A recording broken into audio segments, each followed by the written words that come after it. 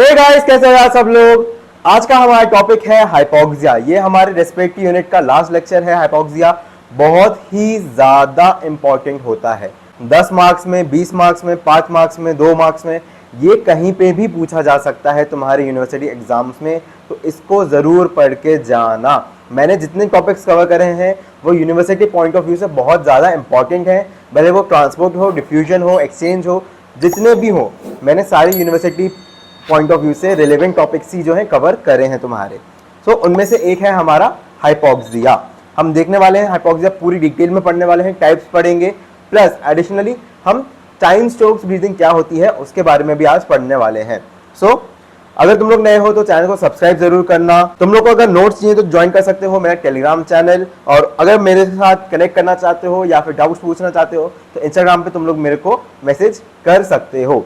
और आज हम क्या क्या पढ़ने वाले हैं, हम हाइपोक्सिया, उसके टाइप्स पढ़ेंगे। हाइपोक्सिक हाइपोक्सिया क्या होता है, एनेमिक हाइपोक्सिया क्या होता है, स्टैग्नेंट हाइपोक्सिया क्या होता है, एंड हिस्टोटॉक्सिक हाइपोक्सिया क्या होता है।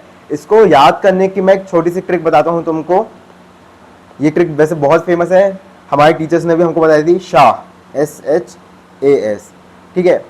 Stagnant hypoxia, hypoxic hypoxia, anaemic hypoxia and histotoxic hypoxia. तो ये 4 टाइप्स होते हैं मेन एकदम हाइपोक्सिया के। और उसके साथ हम पढ़ने वाले हैं आज time strokes breathing. Clear.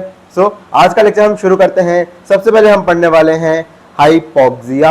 Hypoxia क्या होता है।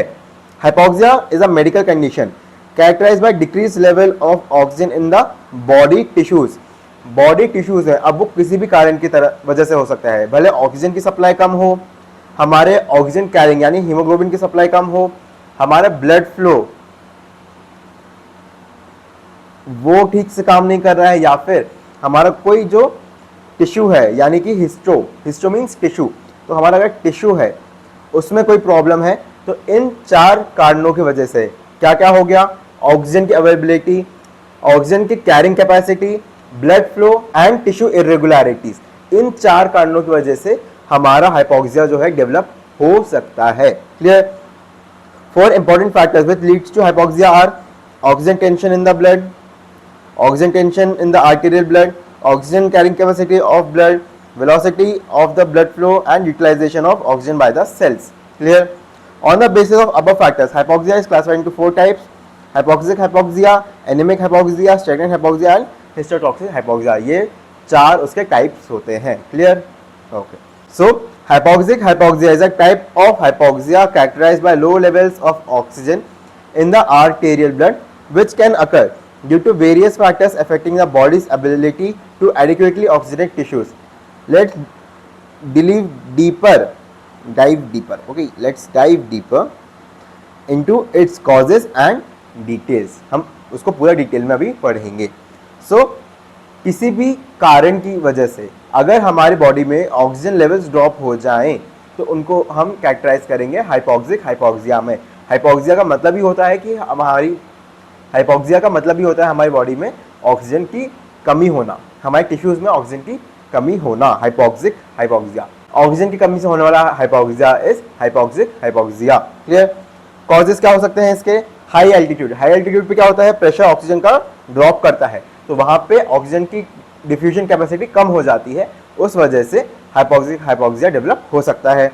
As altitude increases, atmospheric pressure decreases, leading to the lower partial pressure of oxygen in the air. Consequently when individuals ascend to high altitudes such as mountain regions or during air travel, the reduced oxygen availability can result in hypoxic hypoxia. This condition is often referred to as altitude sickness or mountain sickness। Last class में हमने पढ़ा था कि acclimatisation होता है, जब कोई mountains पे जाता है तो वहाँ पे आरबीसी काउंट बढ़ता है, ब्रीथिंग रेट बढ़ता है ना, ब्रीथिंग रेट बढ़ता है। तो ये सारी चीज़ें एक्लिमेटाइज करती है हमारी बॉडी जब हम माउंटेन्स पे जाते हैं, और एकदम से ही सारी चीज़ें नहीं होती हैं, लेकिन तो वहाँ पे टाइम लगता है। नेक्स्ट है हमारा रेस्पिरेटरी डिसऑर्डर्स। हमारे जो लंग्स हैं बहुत ही मेजर रोल प्ले करते हैं, सारा एक्सचेंज वहीं पे होता है ऑक्सीजन का ज़्यादा आइशुट से। तो वहाँ पे अगर कोई दिक्कत आ रही है, कोई भी डिजीज़ है, कोई भी कंडीशन डेवलप हो रही है, तो वहाँ उसकी वजह से भी हाइपोक्सिया डेवलप हो सकता है। Any condition that impairs the lungs' ability to effectively exchange oxygen and carbon dioxide can lead to hypoxic hypoxia. Examples are pneumonia, inflammation and infection of the lungs, can compromise oxygen Uptake. Pneumonia क्या होता है, हमारा air fail हो जाना, तो उसकी वजह से वहाँ पे जो एक्सचेंज होता है गैसेस का प्रॉपरली नहीं हो पाता है और उसकी वजह से हाइपोक्सिया डेवलप होता है।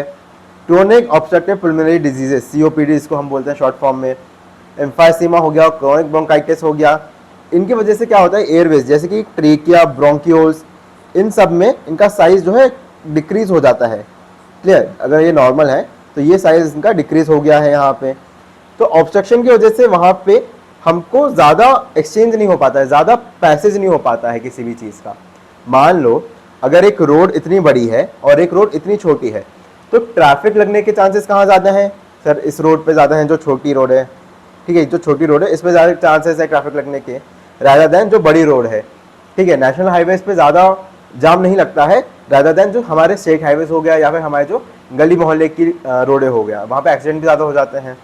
तो ये जो होता है सेम कॉन्सेप्ट यहाँ पे भी अप्लाई होता है। Clear, narrowed Airways and damage lung tissue reducing oxygen exchange, alveoli भी अगर डैमेज हो गए हैं तो ऑक्सीजन एक्सचेंज नहीं हो पाएगा properly. Asthma, bronchial constriction and inflammation can obstruct air flow leading to hypoxia during asthma attacks. Asthma में क्या होता है, जो स्मूथ मसल्स होती हैं हमारे ब्रोंकस की, ब्रोंकस नहीं बोलना चाहिए, जो ब्रोंक्यूल्स होते हैं सारे छोटे छोटे, वो कंप्रेस कर जाते हैं, वो कंस्ट्रिक्ट कर जाते हैं। तो वहाँ से किसी भी टाइप में हमारा ऑक्सीजन एक्सचेंज नहीं हो पाता है। मान लो ये हमारा ब्रोंकस ऐसे कॉन्स्ट्रिक्ट कर जाए अगर, ठीक है, तो यहाँ पे जो है एयर फ्लो पूरा इम्पेयर हो जाएगा, यहाँ से प्रॉपर्ली एयर फ्लो नहीं हो पाएगा। उन कंडीशंस में अस्थमा में जैसे कि हमारा हाइपोक्सिया डेवलप हो जाता है। Pulmonary oedema, fluid accumulation in the lungs can impair gas exchange causing hypoxia. अगर फ्लूइड एक्यूमुलेट हो गया है, वाटर हो गया या और भी कोई प्लूरल फ्लूइड हो गया एक्यूमुलेट, तो उसके वजह से जो मेम्ब्रेन की थिकनेस है वो बढ़ जाती है एंड अगेन एक्सचेंज प्रॉपर्ली नहीं हो पाता है। हाइपोवेंटिलेशन, हाइपोवेंटिलेशन मतलब कि अगर ब्रीथिंग रेट कम हो गया है तो उस कंडीशन में ऑक्सीजन नहीं आ पाएगी उतनी रैपिडली, जितनी हमारी बॉडी को रिक्वायरमेंट है उतनी ऑक्सीजन नहीं मिलेगी, तो अगेन हाइपोक्सिया डेवलप हो पाएगा। यहाँ पे जितने भी फैक्टर्स हैं वो ऑक्सीजन से ही रिलेटेड हैं। ऑक्सीजन का एक्सचेंज हो गया, डिफ्यूजन हो गया, उसकी अवेलेबिलिटी हो गया, तो ये सारे जो होते हैं कंडीशंस वो हाइपोक्सिया के अंदर हम रखते हैं। Inadequate breathing, whether due to respiratory muscle weakness, central nervous system depression, drug overdose हो गया जैसे कि, और mechanical ventilation issues can result in hypoxia due to reduce oxygen intake.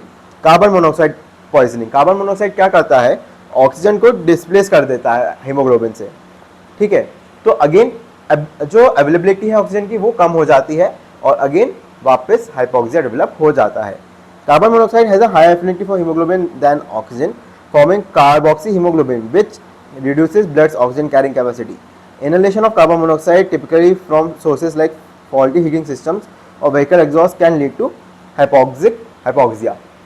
आपने कई बार ये सुना होगा कि ऐसे 4-5 लोगों की डेथ हो जाती है अनफॉर्चुनेटली, कहाँ पे, जहाँ पे अगर ऐसे कोई वो हीटर या फिर सिगड़ी लगा करके सोए होते हैं बंद कमरे में। जनरली करते हैं लोग कि हीटर ऑन कर दिया, हीटर जो है ये हीटर है हमारा, ठीक है, और यहाँ पे ऐसे लोग प्रेजेंट हैं, तो क्या हो गया, ये तो सो गए।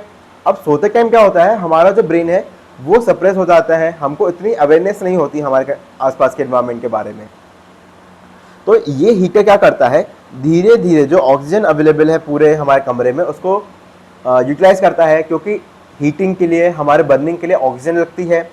तो उस कंडीशन में ये पूरी ऑक्सीजन किससे रिप्लेस हो जाती है, कार्बन मोनोऑक्साइड से। इम्पार्शियल बर्निंग जहाँ पे होती है, इनकम्प्लीट बर्निंग जहाँ पे होती है, वो वहाँ पे ऐसा होता है। एंड उसके बाद ये कार्बन मोनोऑक्साइड ऑक्सीजन को डिस्प्लेस करने लगता है, वैसे ही ऑक्सीजन कम है और हीमोग्लोबिन में से ऑक्सीजन को भी हटा देगा, तो वहाँ पे फिर कार्बन मोनोऑक्साइड पॉइजनिंग होने लगती है और हमारे ब्रेन के सप्रेशन के कारण हमको पता नहीं चलता एंड अनफॉर्चुनेटली लोग जो होते हैं उनकी डेथ हो जाती है। Clear? Okay. Anaesthesia, certain anesthetic agents can depress respiratory function or impair oxygen uptake, resulting in hypoxia during surgeries or medical procedures.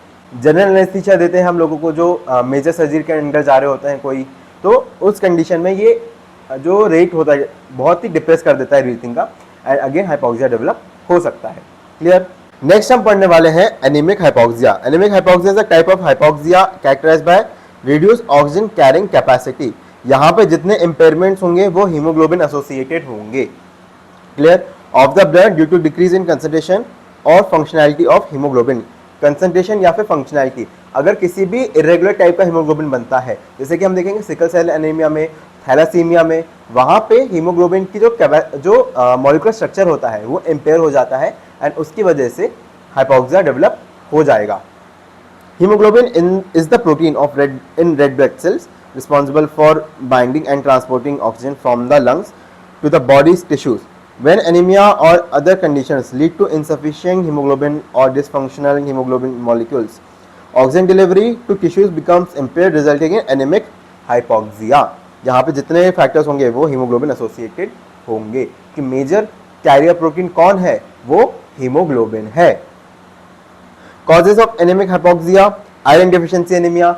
Haemoglobin को बनाने के लिए आयरन बहुत ही ज़्यादा इंपॉर्टेंट होता है, उसके साथ साथ विटामिन होते हैं उसके फंक्शंस को बनाने के लिए। तो ये यूनिट्स अगर नहीं है, हमारे पास रॉ मटेरियल ही नहीं है, घर बनाने के लिए क्या ईंट चाहिए, सीमेंट चाहिए, अगर मेरे पास ये रॉ मटेरियल ही नहीं है तो क्या मैं घर बना पाऊंगा? ईंट सीमेंट नहीं है तो घर नहीं बना पाऊंगा। वैसे ही अगर मेरे पास आयरन और विटामिन नहीं है तो अगेन हीमोग्लोबिन नहीं बन पाएगा। Clear. Iron is essential for the synthesis of haemoglobin in iron deficiency anaemia. Insufficient dietary intake of iron or impaired absorption of iron from the gastrointestinal tract leads to decreased hemoglobin production, resulting in reduced oxygen carrying capacity of the blood. क्या बोला यहाँ पे, क्या हुआ यहाँ पे बस यही हुआ है कि आयरन अगर नहीं है, हीमोग्लोबिन का एक पार्ट होता है उसमें आयरन होता है, आयरन पॉरफायरिन रिंग होती है, ठीक है। तो उसमें अगर आयरन ही नहीं है मेरे पास तो बाकी का हीमोग्लोबिन कुछ नहीं कर पाएगा, बाकी का जो मेरे पास स्ट्रक्चर है वो कुछ नहीं कर पाएगा। अगर मेरे पास सिर्फ ईंटें हैं, ठीक है, तो मैं ईंटों को ऐसे लगा करके बना तो दूंगा, लेकिन ये घर क्या मजबूत ही नहीं रहेगा और इसको मैं आराम से तोड़ सकता हूँ, है ना। अब ऐसे बस ईंट को ऐसे धक्का दो, पूरी दीवार गिर जाएगी। उसके लिए हमको क्या चाहिए, इन सबको चिपकाने के लिए क्या चाहिए, यहाँ पे सीमेंट होना जरूरी है ना। यहाँ पे जो है सीमेंट होना जरूरी है, लेकिन अगर सीमेंट नहीं है तो ईंटों का भी कोई मतलब नहीं है। सिमिलरली सीमेंट है तो ईंट भी चाहिए और घर को बनाने के लिए बेसिक स्ट्रक्चर उसी से बनेगा। विटामिन डिफिशियंसी एनीमियास क्या होता है? Deficiencies in certain vitamin essential for erythropoiesis, red blood cell production. क्या होता है, आरबीसी के अंदर हीमोग्लोबिन होता है।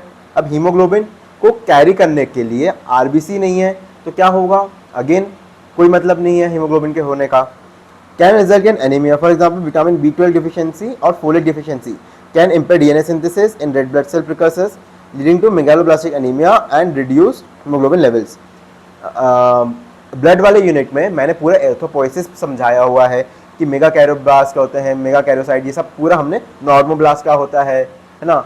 ये सारी हमने चीज़ें वहाँ पे बढ़ी हैं और हम जानते हैं कि जैसे जैसे आरबीसी मैच्योर होता है वैसे वैसे उसका साइज जो है कम होता है, वैसे वैसे उसका साइज जो है कम होता है। अब साइज कम नहीं हो रहा, क्यों? क्योंकि वो मैच्योर नहीं हो रहा है। तो उस कंडीशन में मेगालोब्लास्टिक यानी कि साइज में बड़ा होना। क्लियर? ओके। हीमोलाइटिक एनीमियास, अगर आरबीसी की इंटीग्रिटी ही नहीं है, अगर आरबीसी में उसकी मेम्ब्रेन, अगर आरबीसी की मेम्ब्रेन फ्रेजाइल है तो वो जल्दी से टूट जाएगी और उस कारण से भी हमारा हीमोलाइटिक एनीमिया होगा, हीमोलाइटिक एनीमिया होगा और ये एनीमिक हाइपोक्सिया के अंदर आएगा। Hemolytic anemias can occur when red blood cells are destroyed prematurely, leading to decreased lifespan of red blood cells and a subsequent decrease in hemoglobin levels. जो RBC की life span होती है वो around 120 days होती है। और कहाँ पे मरती हैं ये सारी? स्प्लीन में। स्प्लीन को क्या बोलते हैं हम? Graveyard of RBCs. हालांकि ये वाइट ब्लड सेल्स के लिए भी अप्लाइड होता है, लेकिन हम मेजरली उसको आरबीसीज के कंटेक्स्ट में बोलते हैं स्प्लीन को graveyard. Clear? Hemolytic anemias can be caused by genetic conditions, autoimmune conditions, infections and medications or exposure to toxins. Clear? Okay. Sickle cell disease, sickle cell anaemia भी बोलते हैं इसको। यहाँ पे जो होता है जेनेटिक चेंजेस आते हैं ठीक है। अब ये मैं तुम लोग को नहीं बताऊंगा, ये बहुत बार हम पढ़ते आ रहे हैं, हम 12th क्लास से पढ़ते आ रहे हैं कि कौन सा जीन होता है और कौन सा हमारा अमीनो एसिड होता है। तो ये चीज़ें तुम लोग कमेंट्स में मेरे को बताओ, ठीक है। ये वाला मेरे को आंसर जो है कमेंट्स में चाहिए तुमसे। Sickle cell disease is a genetic disorder characterised by abnormal haemoglobin molecules, haemoglobin S, ठीक है, HbS ऐसे डिनोट करते हैं उसको हम, clear, that causes red blood cells to become rigid and sickle shaped. These abnormal cells can block blood flow leading to tissue ischemia and hypoxia. क्या होता है, फॉर एग्जाम्पल ये मेरा एक ब्लड कैपिलरी है, ठीक है, बड़ी साइज की बना रहा हूँ समझने के लिए। नॉर्मल आरबीसीज कैसी हैं, ऐसी प्रेजेंट होती हैं गोल गोल, ठीक है, लेकिन जो सिकल सेल आरबीसीज होती हैं उनका शेप थोड़ा ऐसा होता है, बनाना शेप कह लो, ठीक है। ये होती है हमारी सिकल आरबीसीज, ये अब नॉर्मल है सिकल। जो हसिया होता है ना, हसिया बोलते हैं आई गेस उसको हिंदी में, उसकी शेप की, जैसे ये होता है हमारा हसिया, क्वेश्चन मार्क नहीं है ये, जिसका हैंडल हो गया, और ये इसका वेपन होता है कि, ठीक है, वेपन बोल लो, या फिर एज अ वेपन भी यूज़ कर सकते हैं। मैं रिकमेंड नहीं कर रहा करने को, लेकिन एज अ वेपन भी यूज़ कर सकते हैं, क्योंकि आजकल एफएम के पढ़ो तो थोड़ा उसी यही चलता रहता है। अभी कल ही थी एफएम की क्लास, तो क्या करते हैं जो किसान होते हैं वो खेत काटने के लिए इसका बेसिकली यूज़ करते हैं अपना। तो ये सिकल जो होती है इसी शेप के सिमिलरली हमारी आरबीसीज बन जाती हैं, इसलिए इसको हम सिकल सेल आरबीसीज बोलते हैं। और ये जो है हमारी ब्लड कैपिलरीज को ऑक्लूड कर देती हैं। ऑक्लूड मतलब इसमें जा करके फंस जाती हैं, तो यहाँ से ब्लड फ्लो इम्पेयर हो जाता है, पूरा आसानी से ब्लड नहीं जा पाता। आगे कैपिलरीज में जा करके ये जो है ऑक्लूड कर देती है, क्योंकि कैपिलरीज बहुत ही कम डायमीटर्स की होती हैं, बहुत ही पतली होती हैं, बहुत ही ज़्यादा, तो ये ऑक्लूड वहाँ पे बेसिकली करती हैं। और टिप्स में यहाँ पे हमको साइनोसिस देखने मिल सकता है, क्लियर। सो ये था हमारा सिकल सेल डिजीज। नेक्स्ट है थैलेसीमिया। थैलेसीमिया, इसके बारे में भी जो है beta thalassaemia, alpha thalassaemia, biochemistry में भी तुम पढ़ रहे होगे, इसका भी मेरे को कमेंट्स में आंसर चाहिए पूरा कि कौन सा जीन और क्या अमीनो एसिड में क्या चेंजेस आते हैं, clear. Okay. Thalassemia is a group of inherited blood disorders characterized by abnormal hemoglobin production. Individuals with thalassemia produce fewer healthy red blood cells and may experience anemia due to decreased hemoglobin levels. Clear? ये होता है हमारा anemic hypoxia. Clear? अब हम पढ़ते हैं stagnant hypoxia. Stagnant का जो literal meaning है वो होता है ठहरा हुआ, ठीक है। कहीं पे अगर मैं analogy दूं अगेन, तो क्या होता है, फॉर एग्जाम्पल ये मेरी एक रिवर है, ठीक है, ये फ्लो कर रही है, ये रिवर हो गया, या फिर मान लो क्या हो गया, ये हमारा एक वाटरफॉल हो गया, ठीक है। डायग्राम्स मत जाना मेरे, मैं बोल रहा हूँ, मैं बहुत रफ डायग्राम बना करके तुमको समझाता हूँ, ईजी पड़े ताकि, ठीक है। तो ये रिवर हो गया और ये क्या हो गया, एक वाटरफॉल हो गया। ये जो होती हैं ये डायनामिक होती हैं, ये फ्लो करते हैं, ठीक है, ये डायनामिक है। लेकिन अगर मैं एक पॉन्ड का एग्जांपल दूं, ठीक है, पॉन्ड का, तो वहां क्या है, पानी ठहरा हुआ है, ठीक है, वो फ्लो नहीं कर रहा है आपस में, ठीक है, इधर उधर फ्लो कर रहा है लेकिन कहीं बह के जा नहीं रहा है, तो ये होता है हमारा स्टैग्नेंट, या फिर इसी को स्टैटिक भी बोलते हैं, ठीक है। तो ये स्टैग्नेंट या फिर स्टैटिक होता है, पॉन्ड एग्जांपल हो गया, तो ये होता है हमारा स्टैग्नेंट। तो इसी के नाम पे हमने रखा है स्टैग्नेंट हाइपोक्सिया। अगर ब्लड कहीं फ्लो होके नहीं जा रहा है, ब्लड फ्लो इंपेयर हो गया है, तो उस कंडीशन में हम बोलेंगे stagnant hypoxia, clear. Okay, I guess clear है, नहीं है तो कमेंट सेक्शन में या फिर मेरे को डीएम करके तुम लोग पूछ सकते हो अपने doubts. Stagnant hypoxia also known as hypoxic ischaemia, ठीक है, हाइपोक्सिक इश्कीमिया भी इसको बोलते हैं।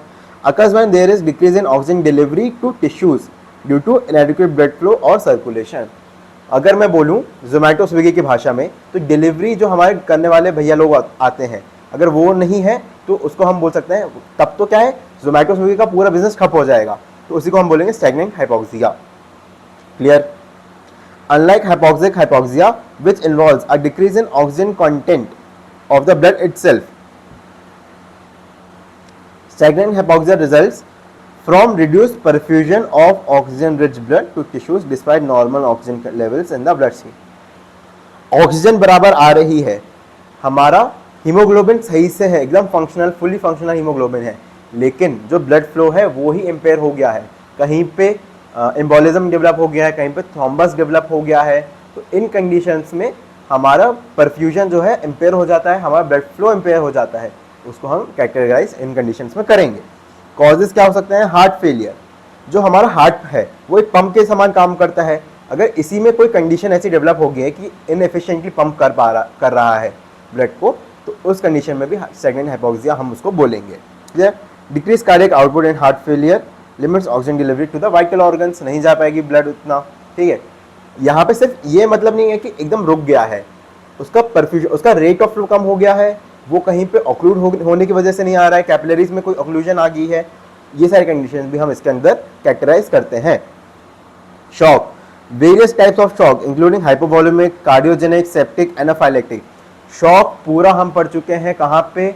ब्लड वाली यूनिट में, सबसे बड़ी यूनिट आज तक वही मैंने पढ़ाई है तुमको, आई गेस, ब्लड वाली यूनिट एंड सीवीएस, इनमें हमने कहीं पे पढ़ा हुआ है, मैं लिंक डाल दूंगा प्लेलिस्ट की जितनी है, तुमको डिस्क्रिप्शन में मिल जाएगी, और इन्हीं में हमने सब पूरा कवर करा हुआ है शॉक। ठीक है, तो तुम लोग, मैं रिकमेंड करूँगा, क्या होता है फिजियोलॉजी में सारी चीज़ें इंटरकनेक्टेड है, कोई एक टॉपिक तुम जो है अलग से नहीं पढ़ सकते हो, सारी चीज़ें इंटरकनेक्टेड होती हैं कि ये केमिकल यहाँ से आया, अच्छा ये यहाँ से फंक्शन करेगा, पूरी एमबीबीएस ही मैं कहूँगा, बल्कि पूरी इंटरकनेक्टेड है। तो पहले के लेक्चर्स भी जा करके देखो और उनसे तुमको क्लैरिटी होगी। Clear? Okay. Impact tissue perfusion, vascular occlusion, thrombosis, embolism और arterial stenosis obstruct blood flow causing hypoxia, ये कंडीशन भी हो जाएगी। Peripheral artery disease, narrowed arteries in PAD district blood flow causing hypoxia in limbs. हो सकता है तुम लोगों ने एक कंडीशन का नाम सुना होगा, वेरिकोज वेन्स। ठीक है, यहाँ पे वेन्स हैं, लेकिन जनरली हम जो हाइपोक्सिया पढ़ते हैं वो आर्टीरियल के केस में पढ़ते हैं, इसलिए मैं बस एक एनालॉजी दे रहा हूँ, इसको लिटरली वेरिकोज वेन्स को इसमें मत लिखाना तुम लोग। ठीक है, क्या होता है वेरिकोज वेन्स में? वेरिकोज वेन्स समझाते हैं, अब चलो तुमको थोड़ा सा पढ़ ही रहे हो वैसे तो एनाटमी में, लोअर लिम्ब में। ये है मेरा फुट, ठीक है, rough diagram, okay, only rough diagrams. When है तो मैं बोलूँगा ब्लू कलर से बनाऊंगा इसको, ठीक है, ब्लू कलर से बनाऊंगा। क्या होता है,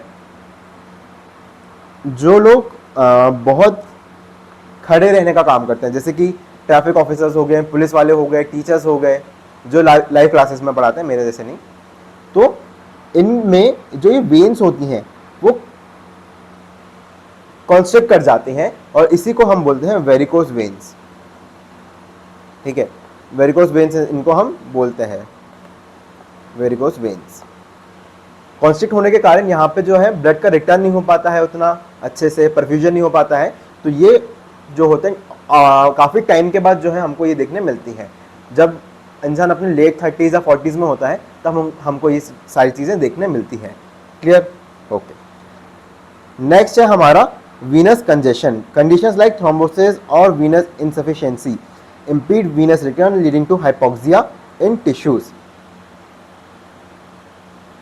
थ्रोम्बोसिस अगेन अगर वेन्स में डेवलप हो रहा है तो वहाँ पे भी हमारी कंडीशन ये सारी डेवलप हो जाएंगी, स्टैग्नेंट हाइपोक्सिया ये कहलाएगा। क्लियर? नेक्स्ट है हमारा हिस्टोटॉक्सिक हाइपोक्सिया। ऑक्सीजन सब बढ़िया से आ रही है, उसका डिफ्यूजन सबसे बढ़िया हो रहा है, कैरिंग कैपेसिटी ऑक्सीजन की बहुत अच्छी है, हीमोग्लोबिन उसको कैरी अच्छे से कर रहा है, कहीं किसी आर्टरीज में, वेन्स में किसी भी टाइप का जो है ऑक्लूजन नहीं है, थ्रोम्बोसिस नहीं है, कोई कंडीशन और नहीं है, कंस्ट्रिक्शन नहीं है, लेकिन जो हमारा टिश्यूज है जिनको मेन ऑक्सीजन की रिक्वायरमेंट है, ठीक है, जिनको ऑक्सीजन की रिक्वायरमेंट है वो ही ऑक्सीजन लेने से मना कर दे रहे हैं, उनमें ही कुछ ऐसा फॉल्ट आ गया है, उन्हीं में कुछ ऐसा डैमेज हो गया है, तो ये कंडीशन होती है हमारी हिस्टोटॉक्सिक हाइपोक्सिया। हिस्टो मतलब होता है टिश्यूज, टॉक्सिक मतलब उनके कोई डैमेज हो गया, कोई टॉक्सिसिटी आ गई है, हाइपोक्सिया ऑफ कोर्स ऑक्सीजन की कमी होना, ये होता है हमारा histotoxic hypoxia. Clear? Histotoxic hypoxia occurs when the body cells are unable to use the oxygen delivered to them even though oxygen levels in the blood may be normal। सब कुछ normal है, कैरिंग कैपेसिटी नॉर्मल है, flow normal है, लेकिन जो tissues है उनमें ही कुछ डैमेज हो गया है। ऐसा कॉजेज क्या हो सकते हैं? Toxic substances. Histotoxic hypoxia can result from exposure to toxic substances that interfere with cellular respiration, impairing the ability of cells to utilize oxygen। क्या होगा? सेलुलर लेवल पे यहाँ पे कुछ हमारा ऐसा टॉक्सिन आ गया है, तो उनमें ऐसी कंडीशंस हमको देखने मिलती है। वन कॉमन एग्जाम्पल है साइनाइड पॉइजनिंग। साइनाइड पॉइजनिंग जो होती है KCN है ना, KCN साइनाइड, पोटेशियम साइनाइड, ये इतना लीथल होता है कि अगर आप थोड़ी सी क्वांटिटी भी अपनी जीभ पे रख लो ना तो ये पूरा हाइपोक्सिया कर देता है। ये सारे जो मॉलिक्यूल्स होते हैं, सारी जो प्रोसेस होती है ऑक्सीजन एक्सचेंज की, उसको पूरा डैमेज कर देता है। Which inhibit cytochrome C oxidase, a critical enzyme involve in the electron transport chain of cellular respiration. ठीक है, ये हम 11th क्लास में पढ़ते आए हैं कि जो साइटोक्रोम होते हैं वो पूरा एक्सचेंज करते हैं, ये करते हैं, वो करते हैं, ये हमने पूरा 11th क्लास में पढ़ा है। ठीक है, सो ये था हमारा पूरा हाइपोक्सिया। अब हम पढ़ने वाले हैं चाइन स्ट्रोक्स ब्रीदिंग क्या होती है। ज़्यादा टाइम नहीं लूंगा और मैं 10 मिनट ज़्यादा से ज़्यादा, 5 मिनट ज़्यादा से ज़्यादा लूंगा। सो चाइन स्ट्रोक्स ब्रीदिंग क्या होती है? Is a pattern of breathing characterised by alternating periods of deep rapid breathing followed by shallow slow breathing और temporary cessation of breathing apnoea. अगर ब्रीदिंग रुक जाती है तो उस कंडीशन को हम एपनिया बोलते हैं। ठीक है, क्या होता है, किसी आदमी ने ऐसे लंबी सांस ली, ठीक है, छोड़ी, फिर एक छोटी सी सांस ले ली।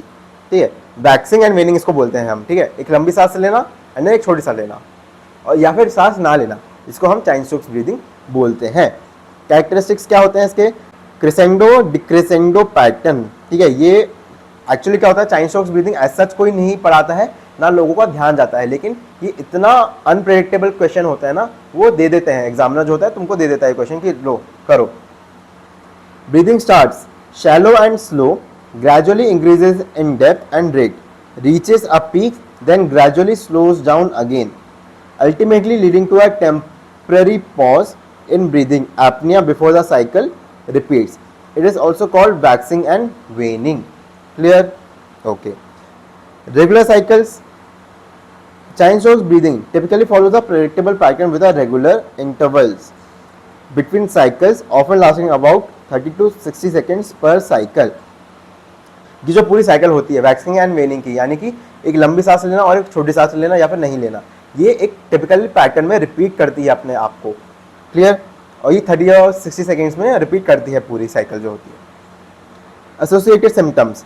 पेशेंट्स में experience associated symptoms such as cyanosis, bluish discolouration of the skin due to reduce oxygen levels. सबसे पहले जो होता है आपके फिंगर टिप्स पे या फिर जो हमारे टोज होते हैं वहाँ पे हमको साइनोसिस देखने मिलता है, क्योंकि यहाँ पे सबसे कम हमारा कनेक्शन होता है, कैपिलरी सबसे यहाँ पे एंड में आ रही होती है। क्या होता है, एंड में आते आते सारे टिश्यूज जो ऑक्सीजन तो यूटिलाइज कर लेते हैं, अब ये वाले जो टिश्यू होता है एकदम टिप पे, वो उसके पास कम आ रही होती है ऑक्सीजन, इसलिए वहाँ पे साइनोसिस डेवलप होने लगता है। ऑल्टरेशंस इन कॉन्शियसनेस और अराउजल फ्रॉम स्लीप। ठीक है, एकदम से नींद में से जाग जाना, कि ऐसे सांस नहीं आ रही, घबराहट होना, ये सारी जो होती हैं हमारे चाइन स्ट्रोक्स ब्रीदिंग एपनिया के कारण होती है। क्लियर? कॉजेस क्या हो सकते हैं इसके? सेंट्रल नर्वस सिस्टम डिसऑर्डर्स हो सकते हैं। Cheyne Stokes breathing is commonly associated with conditions affecting the central nervous system, particularly those that disturb the respiratory control centres in the brain stem. Causes may include stroke हो सकता है, traumatic brain injury हो सकती है, brain tumours हो सकते हैं, जो सर्कल ऑफ विलिस होता है हमारे ब्रेन में, याद करो एनाटॉमी में पढ़ा होगा तुमने, वहाँ पे ऑक्लूजन हो गया, उस ट्यूमर आ गया, ये कंडीशन डेवलप कर सकता है। Neuro degenerative diseases, Alzheimer disease हो सकता है, पार्किंसन हो सकता है, हाई एल्टीट्यूड सेरेब्रल एडिमा हो सकता है, एडिमा वहाँ पे डेवलप हो गया अगर, ये सारी कंडीशंस न्यूरोलॉजिकल होती हैं। Cardiovascular disorders, certain cardiovascular condition such as heart failure, severe cardiac arrhythmias can lead to Cheyne Stokes breathing due to alterations in blood flow and oxygen delivery to the brain stem. Heart pump ही नहीं कर पा रहा है ढंग से blood को, तो उस कंडीशन में भी अगेन ये कंडीशन चाइन स्ट्रोक्स ब्रीदिंग जैसी डेवलप हो सकती है। Chronic respiratory disorders. Cheyne Stokes breathing may occur in individuals with chronic respiratory condition such as chronic obstructive pulmonary diseases, COPD हो गया, अस्थमा हो जाएगा। सीओपीडी में और कौन कौन आता है? Emphysema, chronic bronchitis, particularly during exacerbations of periods of acute respiratory distress. Clear? So इसी के साथ आज का हमारा जो लेक्चर होता है और पूरा यूनिट मैं कहूंगा रेस्पिरेटरी सिस्टम का पूरी जो यूनिट होती है वो खत्म होती है। अगर तुम लोग नए हो, अभी तक सब्सक्राइब नहीं करा है, मैं तुमको बोलूंगा कि भाई सब्सक्राइब करो चैनल को। मैं ऐसे ही तुम्हारे लिए जो है सारे वीडियोस ला रहा हूं। अभी हमने रेस्पिरेटरी यूनिट खत्म कर दी है, उसके बाद हम मसल फिजियोलॉजी पढ़ेंगे और बहुत सारे जो हमारे यूनिट्स हैं वो सब हम पढ़ने वाले हैं। अगर तुमको नोट्स चाहिए, अपडेट्स चाहिए होते हैं तो टेलीग्राम चैनल ज्वाइन कर सकते हो, और कोई भी डाउट होता है या कनेक्ट करना है मेरे साथ तो मेरे को टेलीग्राम पे इंस्टाग्राम पे मैसेज कर सकते हो। ठीक है, या इसी के साथ आज का लेक्चर हम खत्म करते हैं, मिलते हैं अगले वीडियो में।